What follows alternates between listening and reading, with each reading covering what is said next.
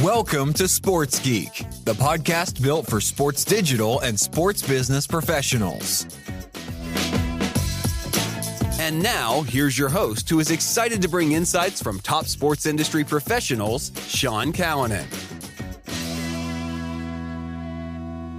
Thanks, DJ Joel. My name is Sean Callanan, and welcome to episode 319 of Sports Geek. On this week's episode, I chat to the CFO of the Queensland Rugby League, Maher. But before I get into that, thank you very much. You're listening to Sports Geek. You might be doing so at sportsgeekhq.com, or you might be using your favourite podcast app. Mine is Pocket Cast, has been for many, many years, but you can get this podcast on Apple Podcasts, Google Podcasts, and as I mentioned recently, it is now available in the SEN app with a swag of podcasts from the Sports Entertainment Network. So if you want to download and keep up to date with Aussie Sport, check out the SEN app now with Sports Geek Podcasts.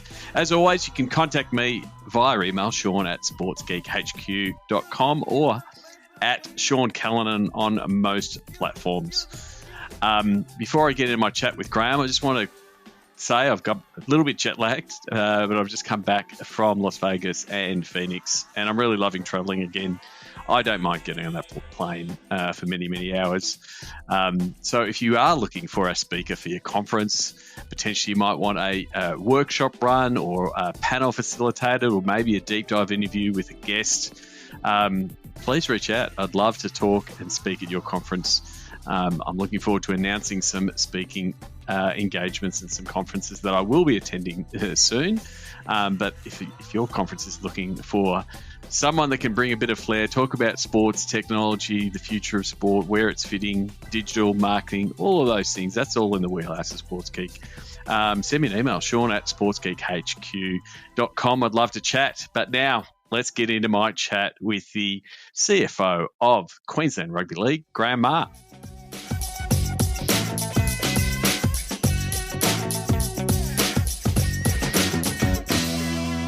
Very happy to welcome the CFO of the Queensland Rugby League, Maher. Welcome to the podcast. Thanks, Sean, and great for you to have me. Thank you. No worries.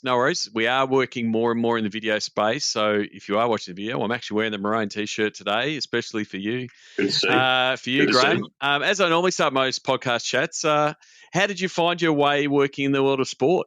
Yeah, that's a bit of an interesting one, Sean, and I guess I came to sport later in my life. Always been heavily involved in community sport through my family, through cricket, which is primarily the sport our family played growing up. But I sort of had a professional career, worked for PricewaterhouseCoopers for a number of years, and then worked in corporate organisations in investments and energy and a few other places, and came to sport about 6.5 years ago. Had funnily enough at the time had a redundancy and was really thinking about what I wanted to be doing. Yep. Got 2 small children, had one at the time, and we were planning a second child. And I thought, you know what, I really would like a role that has a little bit more flexibility, that I'm passionate about, that I can sort of work around to spend some more time with kids. And yeah, that's kind of how I landed here, and haven't regretted it for a minute. Really, really enjoy the sports space. In those other roles, in the financial and accounting and financial controller, CFO roles, did you have any exposure to sport in those roles, whether it be through sponsorship or partnerships, or was it pretty much a pure corporate role? Yeah, very much pure corporate. I mean, obviously, probably in the fund space and the investment space, they were big supporters of rugby union. Yep. Sort of played a bit of, I'll call it corporate rugby, very, very poorly at my end. But yeah, that was fairly limited, but sort of have always been a passionate sports supporter and sports fan. And I guess when this opportunity came up, jumped at it with both hands and haven't looked back. So for the listeners, either down my way in Melbourne or internationally, what is the role of the Queensland Rugby League, or the QRL as it's known? So the QRL is the governing body, or the administrative body for rugby league in Queensland, as the name probably suggests. So we're the elevator pitch, and the way I sort of describe ourselves to people who ask me is everything rugby league in Queensland except for the NRL clubs.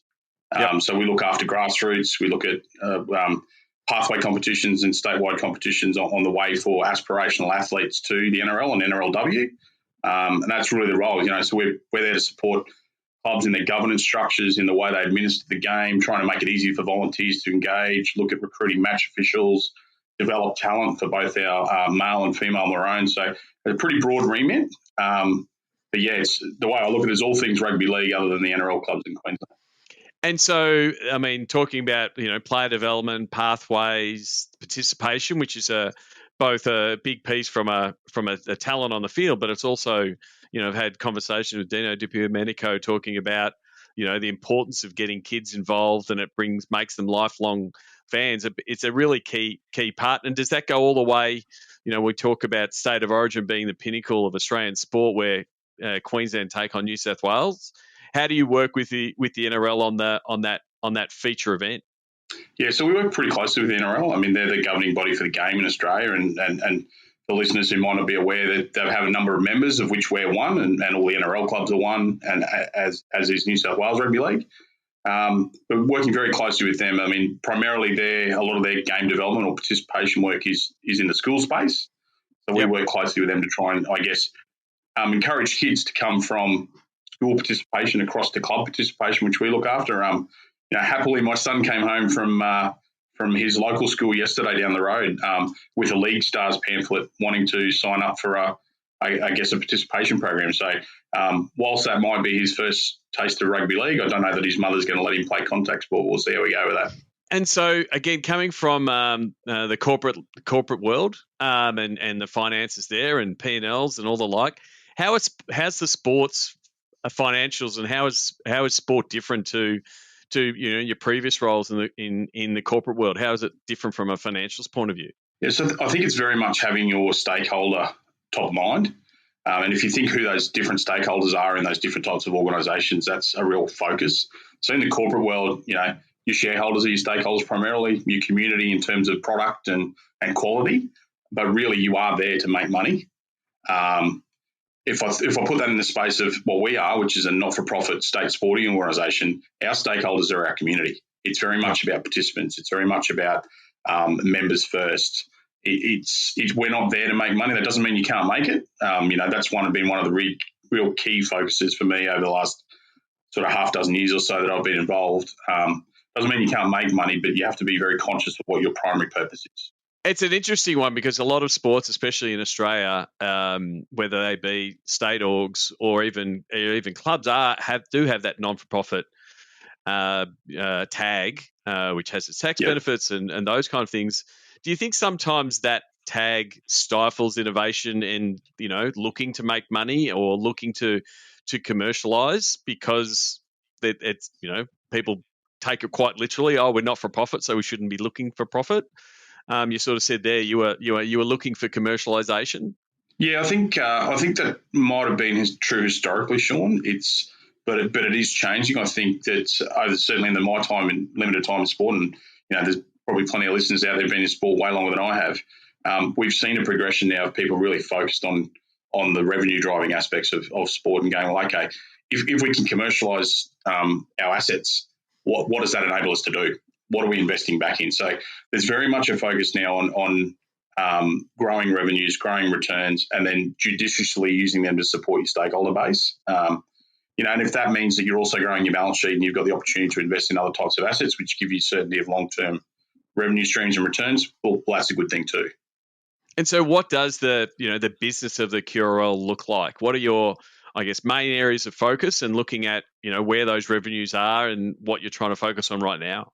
Yeah, so it's probably easy to split our revenue pie up really simply. So we're part funded, or just over half funded, by the ARLC, so the broadcast rights that come down through the commission, which are distributed to the member clubs and the member states. Yep. So we receive an amount out of that for football purposes, essentially, in the state.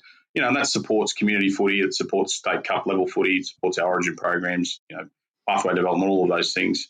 And then the balance of our revenues come from our own source programs, so partnership programs, licensing, membership, corporate hospitality to a limited extent.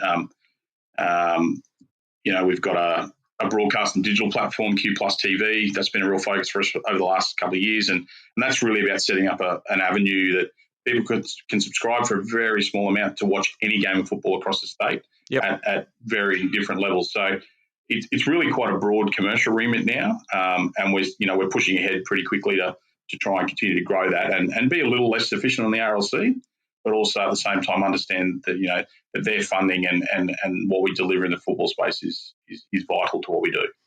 And the appetite for those digital products, like you were talking about there, of having fans having access to those lower level games, is that something that starting to build your own channels, but also is that serving that need of, hey, I want to watch that state league game or junior championships and those kind of things? Do you think building up of those channels has been something that's helped you better connect with the fans across Queensland and potentially the world, that people who want to watch from anywhere?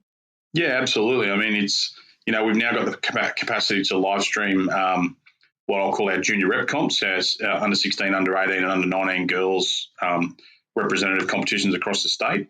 So if you're parents and you're not travelling with your child who's going away for a match day over the course of a weekend, but you want to see them play, yep, you can jump on Q Plus TV and see them play. And when they come home, you can talk to them about their performance, or your grandparents watching, or people who mightn't be able to travel. Might be long distance is a barrier to them. So yeah, we're finding that's really increasing engagement. I guess our challenge now is, how do we balance our investment and return on that investment against the service we're providing to our stakeholders?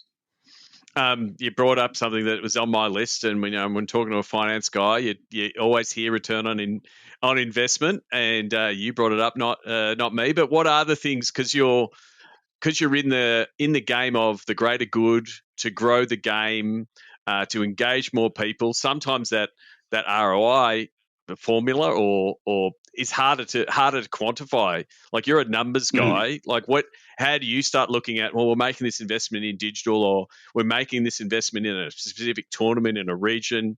How do you quantify that when you've got some of those sort of bigger, grander vision pieces to say, oh, this does tick the box. This is returning on the investment that they're doing? How do you do it as a finance guy? Yeah, so I think it's probably limited to the different programs. So if we look at the why of why we do something, so the first question we ask is not necessarily about dollar return. Yep. It's why we're doing this. Yep. What's the stakeholder benefit? What's the connection to community? What's the story we're telling? It's never purely monetary. But don't get me wrong there, the investment and the monetary return does play a factor. But some of the programs we do and deliver, it's not about the return. It's actually an investment by us in engagement and brand and I guess other less quantifiable numbers that allow our partnerships team and our other commercial aspects to thrive. Then you come to the hard number stuff. I mean, I've been traveled up to Rockhampton yesterday and had some conversations up there with people about investing in facilities. Now, that does come down to, hey, what's the return on that? So how, for what the QRL is prepared to assist with, what does that look like in terms of the facilities that are available to our stakeholders? So, it's very much dependent on the program.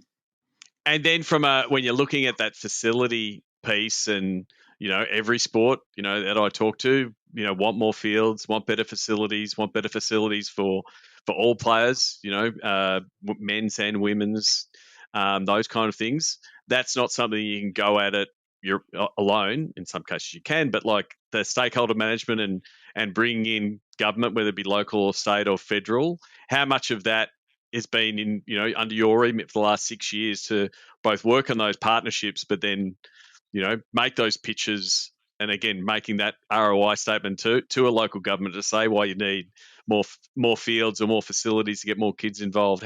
How's that process evolved over your time at the QRL?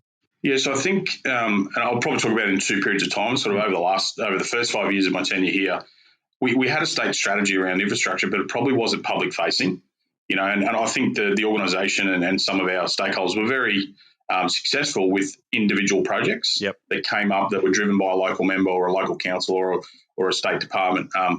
What we did about 12 months ago was we sat down and said, well, we actually need to be a bit better at this. We need to be public facing.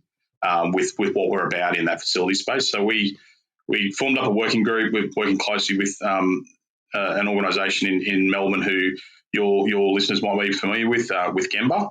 And work with the Gemba guys on designing a strategy that we could go public with. And we've launched that earlier this year.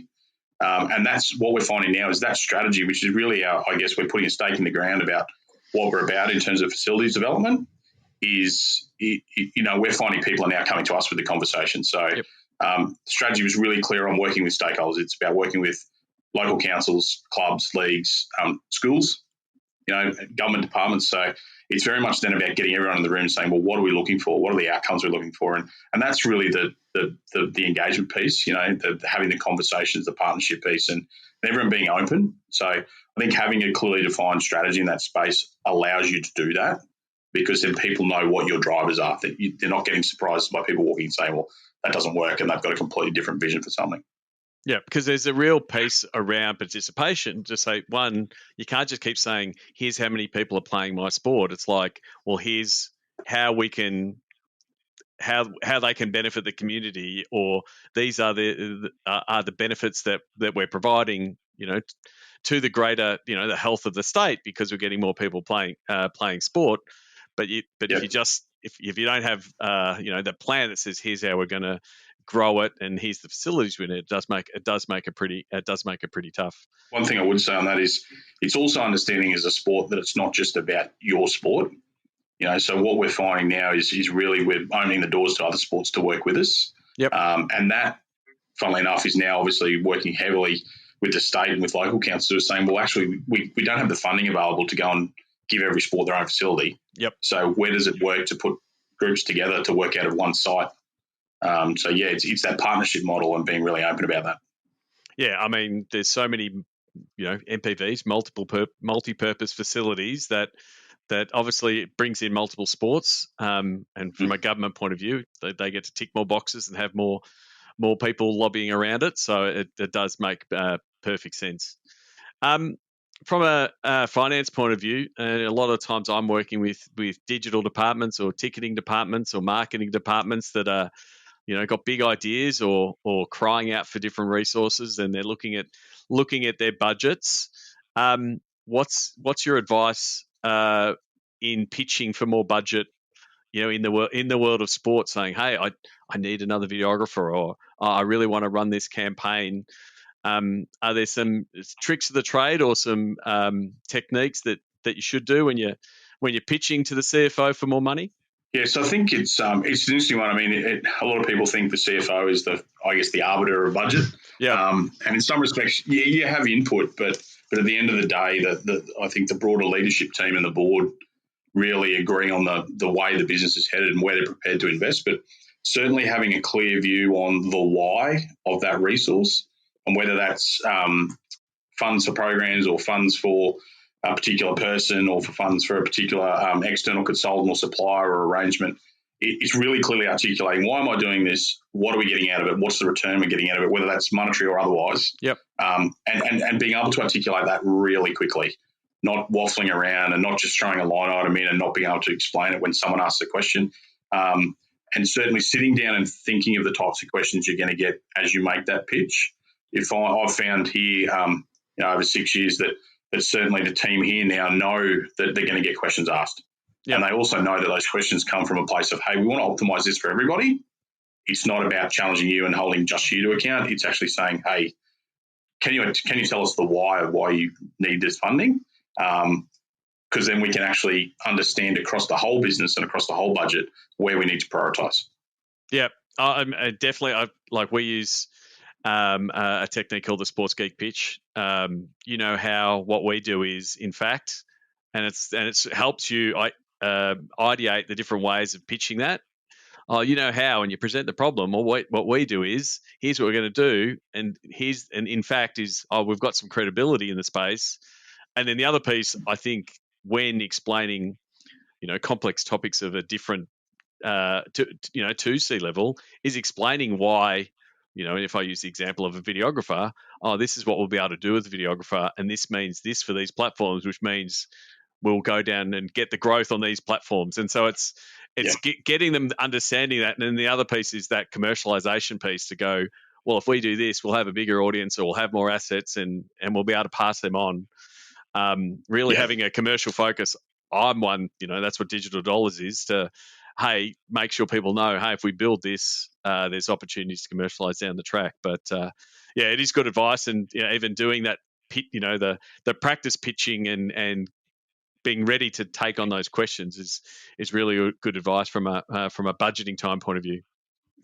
Yeah, and I think people also have to have a clear view on the runway to, I guess, return. Quite often I've seen people come in with a pitch and it's, we're going to turn this on and people are going to come. Yep. So no, it doesn't work like that. You know that customer acquisition and member acquisition, fan acquisition take a period of time. So it's actually being realistic in your assumptions when you pitch to say, hey, this is going to take us 3 years. Yep. Year 1, this is where we expect to be. Year 2, this is where we expect to be. This is what year 3 looks like, and then on from there. I've seen a few where people have come forward, and in other businesses too, where, in year 1 we're going to hit this marker. Well, they're flat out getting 20% of that because they've been unrealistic. So just having realistic assumptions as well, and making sure that they've been stress tested, making sure that they, they've got some point of market reference, so they're not just assumptions made for the point of getting the pitch across the line. Yeah. I mean, you can shoot for the moon, and that's great. But, there is some realism in those numbers. I do want to talk about state of origin, and I guess, again, giving context, especially to my international listeners, who it is quite foreign when you tell them that there's a rugby league, it's run all season, and then there's 3 matches between 2 states that is the pinnacle of the season. Just tell us about the impact of state of origin for Queensland and the Maroons overall. It's almost hard to quantify unless you're a Queenslander, and I know that sounds like a bit of a cop-out, but it's that time of year, it's those, I'll call them a magical 6 weeks, where you can have a conversation with anybody across the state about rugby league. People walk the streets wearing their Maroon jerseys. You wear blue to work on that day of a game, and mate, you're almost tossed out the door. It's almost, it's part of your childhood. So I remember as a kid sitting watching Origin with my family on TV, playing footy in the backyard with my cousins in a Maroon jersey. So it was a big deal. I was a very average footballer myself. Had no real talent, but loved watching it. And I think that's the thing about rugby league in Queensland is you can be a player and a great athlete, but you can also just be an amazing fan and supporter of rugby league. And it's a really special period of the year where it just captures the state. And so then the other thing, and we've been talking about the commercialisation of sport and the commercialisation, for Queensland Rugby League. One of the things that has happened in past years is actually taking some of those games outside Queensland and New South Wales. They're normally in Brisbane, normally in Sydney. That's where the heartland of rugby league is. But we've seen state of origin games played in Perth, played in Melbourne. Do you want to take us through some of the reasons behind that, and then also what are some of the financials behind some of those decisions to take state of origin on the road? Yeah, so this year they're off to Adelaide. Yep. You're right. There's sort of there's what we call a traveller now, and that was sort of come about in 2018.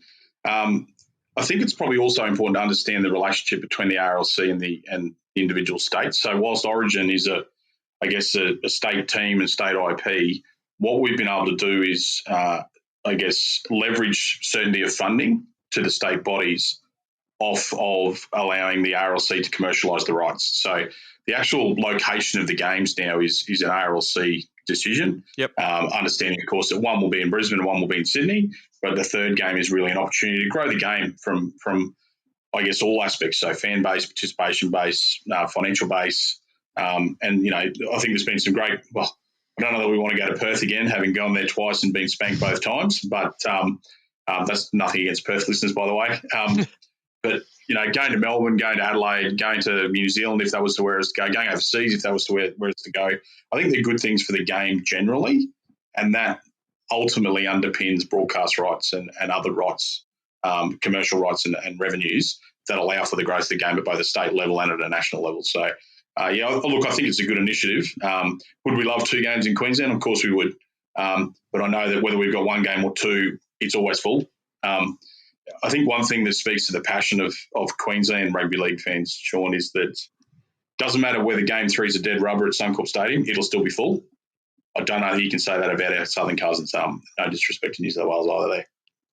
Oh, that's shots fired if I've ever heard it. But in the end, with that revenue pie grows because you've got the sale of that third game, the TV partners love, showcasing the game in a different venue. You got a whole bunch of different ticketing revenue. So that sale of that third game is, eventually it all flows through to you as a partner in any event.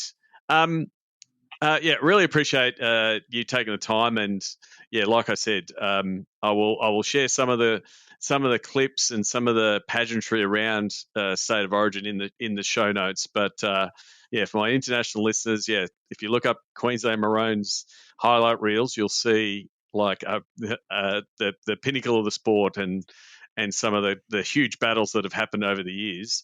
I want to get to the Sports Geek closing five. Graham, do you remember the first sports event you ever attended? Probably a difficult one. I grew up in Far North Queensland, so we didn't sort of, major sporting events probably didn't move around the country as much as they do now. But I do remember, and it's probably because my dad was involved, the Queensland Bulls played the West Indies cricket team at Barlow Park in Cairns.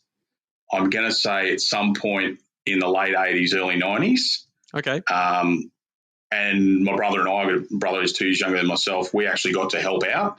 And whether that was helping out with the teams or collecting balls from around the stadium or helping with warm-ups or whatever, it was, like for somebody who grew up in a cricket family, that was almost, it was an idol experience because these players, these West Indian players were just legends.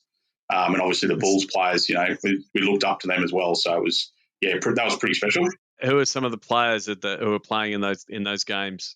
So from a Bulls perspective, probably less remember the West Indies, but from a Bulls perspective, you had blokes like Michael Kasparich, Andy Bickle, those sorts of guys. Just legends of the game in Queensland, and I guess as young cricketers, my brother and I and our cousins, we really looked up to them. Terrific. You would have been to a few sports events over your journey, and the food offering keeps changing. Do you have a favourite food memory at a sports event, or a go-to food when you go to a sports event? Yeah, I guess it's an interesting one when you're in the when you go as a fan, you're in the stands. Yep. I'm a man of simple means and simple measures, so mate, I'm happy to sit down with a meat pie or a bucket of hot chips or something like that, and have a couple of cold beers with a few mates. But I guess in your role, you get the chance to go into some of those, I guess, upmarket events, and you're in a suite or sort of area, but they still bring out a platter of party pies at the end, and I think everyone's pretty happy to see them. So, pretty simple. Nah, exactly. I'm still waiting for 4 and 20 to come through with a sponsorship, because I think the meat pie gets a mention a few times on the podcast. Yeah. What's the first app you open in the morning? It probably varies a little bit. I've tried to, I won't say limit social media, but you sort of can vary around a bit, and for all it's I guess, negative press over the last while, Twitter is still pretty good. Yep. I find that I can catch up on a lot of things very quickly, but sifting through the rubbish and sifting through the good stuff is a challenge. Yep. But Twitter's probably the first one I open, and then the work emails at a point in time. But with 2 little people in the house, you kind of don't try not to touch too much of that while you're getting them ready for school and getting yourself ready for work. Yeah, definitely. Is there someone that the Sports Geek podcast listeners should follow, whether they be someone that you read or someone you follow on social or an author, and why they should give them a follow? Yeah, I guess across a number of different formats. CSM globally, I follow them, which is a global sport and entertainment group. I get some of the industry stuff from Gemba and other bits and pieces, but sports industry is one of the handles I follow on Twitter. Yep. That's pretty good usually. A whole bunch of rugby league sites, tending to try and keep current with what's happening in the rugby league environment and how it might impact QRL. But I've always liked the Howie Games as a podcast. So yep, there's a few. I'm finding at the moment, if listeners are looking for a bit of a laugh, there's a couple of brothers in local grade cricket in Queensland. I forget the surname, Drennan, I think it is, who've got a podcast and Instagram and things like that called We Got the Chocolates. Okay. They're quite funny. And it is very much a humorous, satirical type content. But I sort of pick that stuff up every once in a while as well. Terrific. Well, check it out. You might have already spoiled the result, but that's fine. What social media platform is your MVP? Yeah, I don't have that many. I guess not that it's necessarily public, but WhatsApp is great. Yep. for family sharing and those sorts of things. I know it's not pure social media, but as an app to communicate with family and friends, and we use that internally, communication amongst working groups, things like that in the business. So yeah, find that pretty handy. Terrific. Well, Graham, lastly, thanks for coming on the podcast. Where on the internet is the best place for listeners to reach out to you and say they listen to the podcast? I'm on LinkedIn, so you can find me there. I'm also on Twitter. I think it's can't remember my Twitter handle though. That's a shocker. I think it's at Marzo_77. But yeah, I was just sort of Twitter and LinkedIn are probably the best place to reach out. GMar77 is your Twitter handle. There you go. There you go. But you're right. If you're not self-mentioning yourself enough, self-promotion is the best form of promotion, Graham. You should know that. Thank you very much for coming on the podcast. Hopefully I'll be up in sunny Queensland sometime soon and maybe catch a game and a meat pie with you. That'd be fantastic. Why not book a Pick My Brain session with Sean Callanan? Go to sportsgeekhq.com/pickmybrain.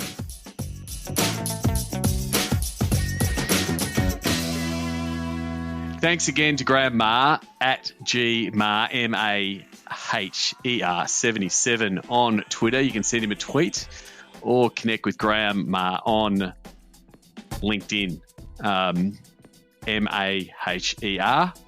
Maher is how we would say it in Australia, both for Graham and my sister-in-law who comes to the Mahers. I did laugh when I was listening to the Cowboys game with Maher, as they were saying, the poor kicker that kept missing those field goals. But in Australia, we would just say Maher. I just want to share a few notes of my experience in Las Vegas with the Pro Bowl games. Went over there for a couple of days of content capture following the flag football tournament that was held there with a whole bunch of kids playing from the US and then some international. It's definitely, flag football is definitely a priority, and we talk a lot about on this podcast how participation emboldens sports and creates fans. NFL is definitely using flag football to create the next generation of fans, both at home and now globally. So it was really great to see that tournament up close in action, and then attending a few events where the players were there, whether it be the Skills Challenge, ESPN, that was on ESPN, and then the Pro Bowl games itself with its new format. So we're able to capture some content. Hopefully you'll see it coming out, some of my insights, and sort of talk to some of the digital folk on the sidelines that are working in clubland from an NFL or all the digital media outlets. Especially, a lot of the content, especially for TikTok, Instagram, it's going more down the entertainment path than sports. There wasn't too many people asking about the way people played or how they worked in the season. It was more leaning into the memes and getting strong reactions and trying to get some clicks and likes for the gram.